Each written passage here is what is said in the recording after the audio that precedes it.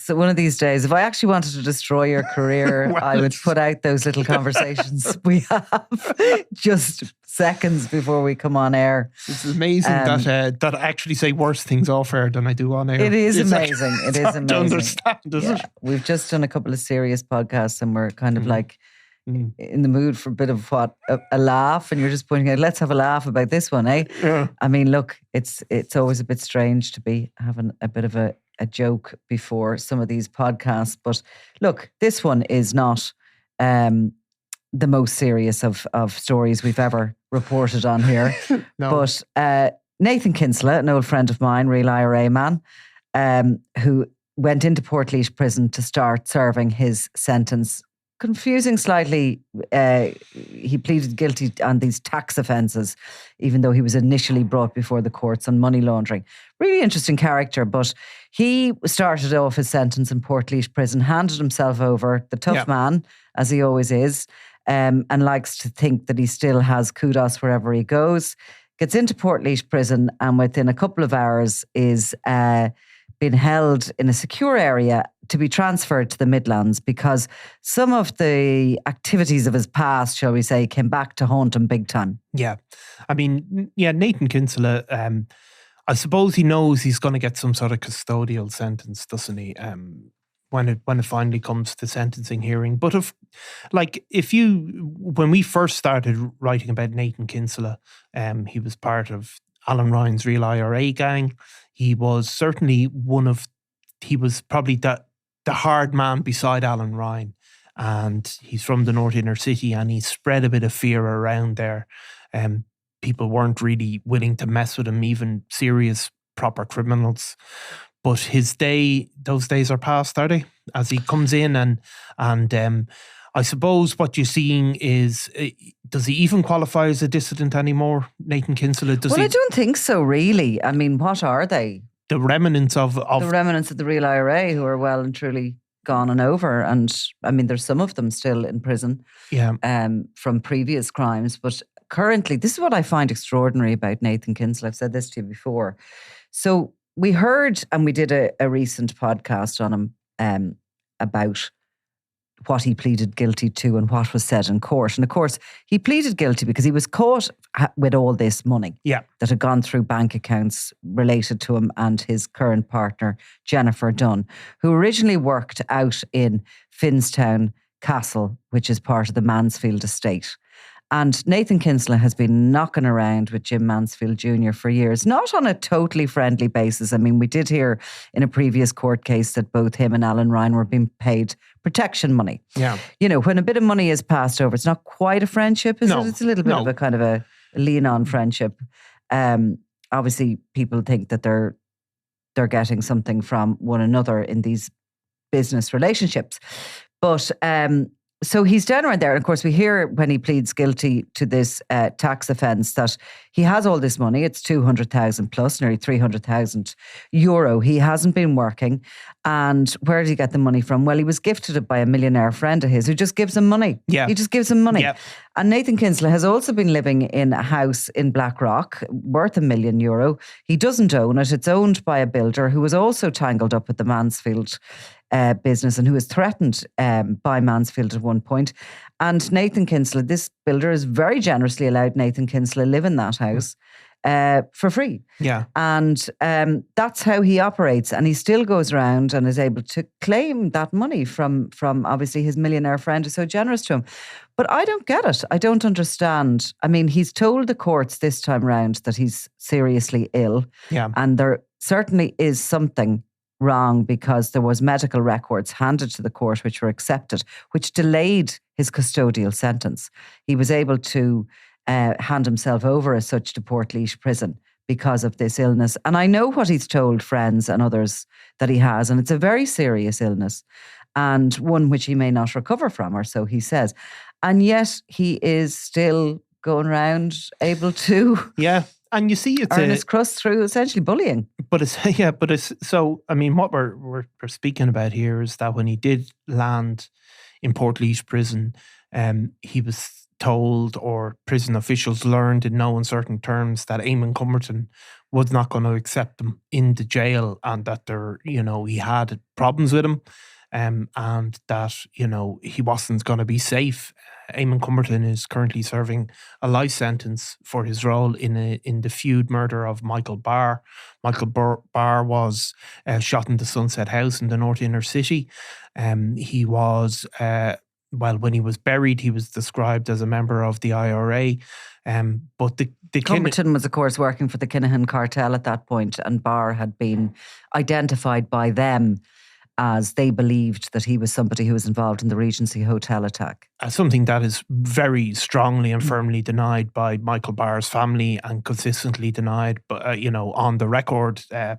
So either way, what happened was they blamed him and they shot him. Now, Eamon Cumberton was from the North Inner City, and he'd been knocking around with Ross Browning in particular. Maybe not at the core of the Kinahan cartel, but certainly one of these volatile and dangerous criminals that they were using. Was he in LA or something? Are he linked to that, or were they just friends of his? Well, I mean, this again, there was what was considered the new INLA. Was Johnny Keogh and but again, are they? They were just called the new INLA, I suppose, as a name, but they weren't any political or dissident organisation. But was Cumberton? And I can't remember. Was he independent of them, or was he supposed to be linked to them? Well, he was friends with them. He was hanging out with them. But he didn't ever claim himself to be political or No, he didn't. No, and I mean, obviously, Johnny Keogh had at one stage been convicted in relation to weapons offences for the INLA. But other people who were considered put in that bracket as new INLA had nothing to do with them. There was other people like Jared Mackin, who'd been, in fact, a member of the IRA at one stage. So they were basically just, enforcers for hire. And Cumberton was on a wage check when he went in that night to shoot Michael Barr wearing a Freddy Krueger mask. He was on a payoff from the Kinahan cartel. So he's an independent hitman, essentially, that had been introduced to Daniel Kinahan and that upper command through Ross Browning. I think they both were involved in sporting together. They knew one another from wrestling, or no? Well, I think it was boxing. Wrestling. Yeah, it was one of those fighty things. So I mean, Eamon Cumberton was, had that reputation of being a dangerous person. But of course, Nathan Kinsella, is going in there as a pal of Jimmy Mansfield Jr. I mean, that's to jail. Yeah, he's going into jail. He's going in more. I don't think Jim Mansfield Jr. has a hard man reputation in jail. No, certainly not. Kinsella's going in with his background in Real IRA. I'm sure he still wears as a badge of honour that he was, Alan Ryan's right hand man. They were a very dangerous outfit. They didn't only threaten; they carried out threats. They were involved in a number of murders of people who refused to hand them over money. So they were in their day definitely a very threatening grouping. That's 10, 12 years ago now. But he's going into prison with all that background. So he thinks he's going to be pretty much accepted and he's going to settle in. And remember, of course, did the Mansfield senior hired, I suppose, or the Real IRA at least were in part brought in to stop, because the Kinahans and various other people had been looking for money off the Mansfield estate. So, and obviously that came to fruition when we heard in a cab case last year, was it, that Mansfield had given a house effectively to Daniel Kinahan and Thomas Bomber Cavanagh. Yeah, exactly. So Nathan Kinsella, in the middle of when all of that transaction is going on, is knocking around, isn't he, with the Mansfields during all of this weird and kind of wonderful exchange he's brought in definitely with Alan Ryan as protection for Jimmy Mansfield Jr., who's got himself into knots between the paramilitaries, the traveller groupings and other organised crime crew that they've dirty money, they've clean money. It's all got mixed up, tangled up. The Mansfield empire collapses and the dirty money goes under as well as the clean money. And they keep trying to beg off Peter to pay Paul in order to keep the wolves in the door. Yeah. And afraid, obviously, Mansfield brings all these guys in. But Cumberton is moved landing immediately after Kinsella comes in, because such is the fears of the prison service that something's going to kick off here. And the next day, it's Kinsella that's moved into the Midlands prison out of Portlaoise. It's obviously not safe to house the two in the same prison, despite it being the highest security prison in the country. But it turns out that this beef they have, Cumberton accuses Kinsella of attacking his mother's house the night that Michael Barr is shot dead. Yeah.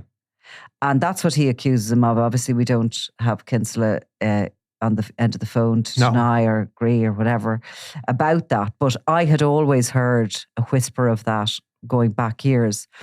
And just to untangle it all a little bit more, because all these gangland relationships and, feuds and everything, no matter how far you go, you always come back to either the Mansfields or to the Kinahans. Yeah. And in this case, I always thought it was interesting in Michael Barr's background was this. So he was a Republican. He was a member of Republican Action Against Drugs in Tyrone. I'm not sure. They're based in Tyrone. And that's where flat cap Kevin Murray had been hired from the Strabane area of County Tyrone. And the Republican Action Against Drugs are established in around 2010 or thereabouts. And they're supposed to be policing drug dealers, but all the while it's suspected that they too are extorting these drug dealers. They're operating essentially like the Real IRA are here. But Michael Barr is in and around 2012, 2013, 2014, he's mixing too within the Mansfield properties. And in actual fact, he's arrested when there's a discovery of some explosives in Finnstown House, which is the Mansfields Hotel. And Michael Barr is found to be living there. And he is arrested and brought before the courts and charged in relation to these explosive offences. And he's actually due in court on these the day after he's murdered. So obviously this case is never heard. But I always found that really curious. And it's at and around the same time that Nathan Kinsella and Alan Ryan are in and out of the Mansfield properties. Like the court heard that Nathan Kinsella was actually using Tasaggart House, the Mansfield family home, like his office. Yeah. That Alan Ryan was so close with Jim Mansfield Jr. that Martin Byrne, his father's former security guard, had to try and encourage Mansfield Jr. not to go to Alan Ryan's funeral, the one at which shots were fired over the coffin, the one I think for which Kinsella was actually ultimately arrested and convicted of. Yeah, I mean, it's a confusing. It's like taking your Christmas tree lights out, on December the 15th or whatever day you put your Christmas tree up, and everything's in one big knot. Yeah. And you sort of untangle them. Yeah, and I mean, at the heart of that he's from that area, and he would have known all these people. From what area? Well, I mean, he's from that North Inner City place, so Cumberton and all of these, they would have. He would have known, exactly. So, I mean, obviously, look, Michael Barr was given a dissident funeral, and that was, he was referred to as an active service volunteer. But the family have really maintained, and I think that was accepted by the guards, that although he got the blame for being involved in the Regency, that really it was just the fact that he was knocking around with people who may have ended up mixed in with it. Certainly that the family have been really, really strong about that he was wrongly targeted. One way or another, whatever way, whether he was wrongly or it was obviously wrong to take somebody's life ultimately, but within hours of his murder, Cumberton is accusing Kinsella of going up to his mother's house and, attacking the house in some way. So Kinsella and Barr, from that narrative, are like, Kinsella's incensed that Barr has been murdered. Yeah.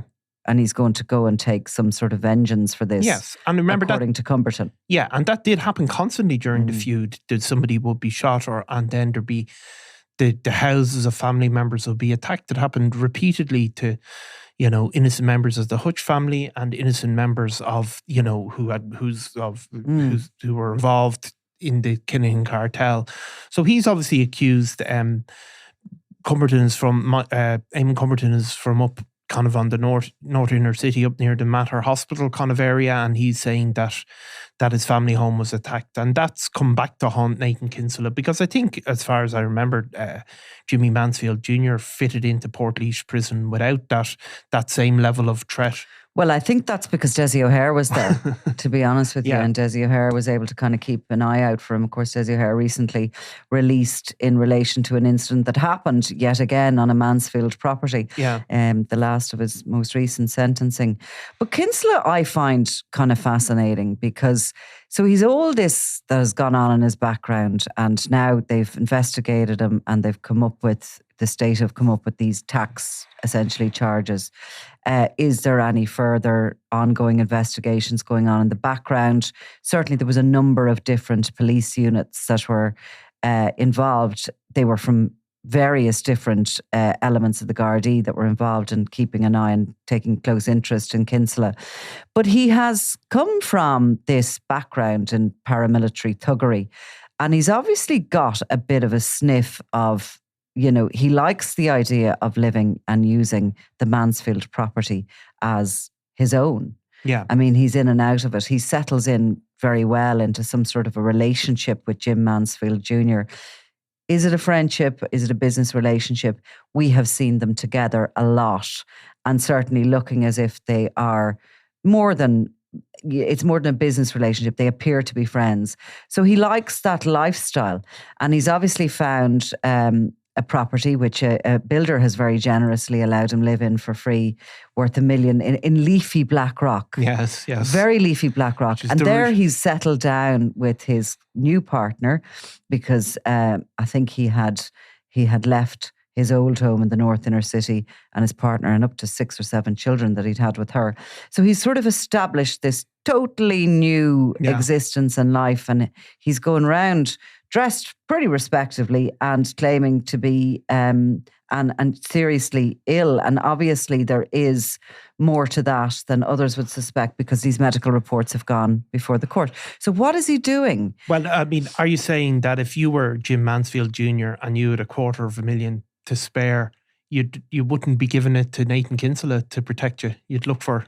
But what protection is he offering Mansfield Jr. at this stage? I mean, I don't know. He's telling the courts that he isn't even available to present himself for custody until he gets his medicines and all the rest of it. I mean, you know, he's got that new family to look after. He's the new house. He has...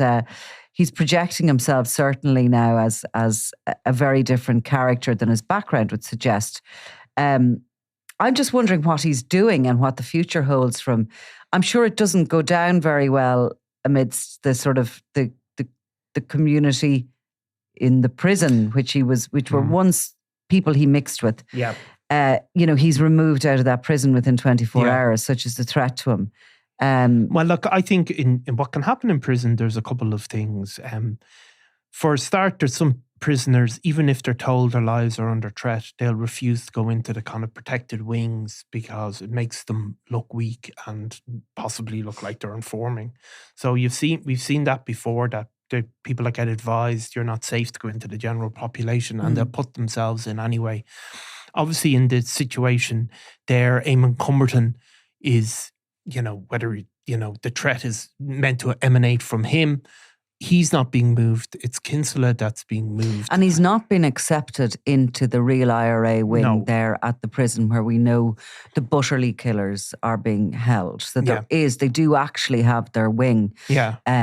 Those Real IRA guys. And there's about 6 of them, as far as I know. Yeah, there's some serving sentences in relation to the murder of Eamon Kelly as well. So there are a number of them in there. But Kinsella has been they didn't accept him during a previous sentence as well. Obviously not offering him protection from Cumberton. No. He goes in there and he's all on his own. Yeah. And the threat arises from Cumberton over his mother's house. Yeah. And he's moved into the Midlands prison. I mean, 12 months is actually a long time to serve if you've got no friends. Yeah. You also have to remember that the Real IRA activities that Kinsella was part of has still got to have some repercussions. Well, there was so many gangs, some of whom have survived and are bigger and more powerful than they were before, who were threatened, who were extorted. Yeah. I mean, there was a guy, Declan Smith, Fat Decky Smith as he called, who was an associate of Alan Ryan and Nathan Kinsella.